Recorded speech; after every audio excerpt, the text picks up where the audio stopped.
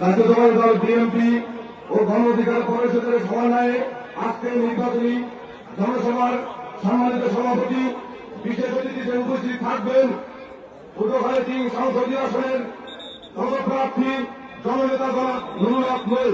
তিনি উপস্থিতি একটি কথাই শুধু বলব যে আজকের এই দক্ষিণা উপজেলার সর্বোচ্চ উপস্থিতি প্রমাণ করে দিতে যাচ্ছে যে আগামী 12 তারিখ আমাদের ট্রাক মার্কার বিদায় সুনিশ্চিত ইনশাআল্লাহ। তিনি উপস্থিতি যত বাধা বিপত্তি আসুক, যত হুমকি আসুক, সকল বাধা সকল হুমকি উপেক্ষা করি আমরা 12 তারিখ বিপিনুল্লাহপুরকে ট্রাক মার্কারে ভোট দিয়ে বিজয় সুনিশ্চিত করে ঘরে ফিরবো ইনশাআল্লাহ। সবাই রাজি আছেন তো? সবাই রাজি আছেন তো? তাই সকলের কাছে আমাদের একটি আহ্বান, আমরা 12 তারিখ শুধু ভোট প্রদান করে ঘরে ফিরে যাব না, আমরা আমাদের ভোটের নিরাপত্তা নিয়ে বিজয় নিয়ে ঘরে ফিরবো ইনশাআল্লাহ।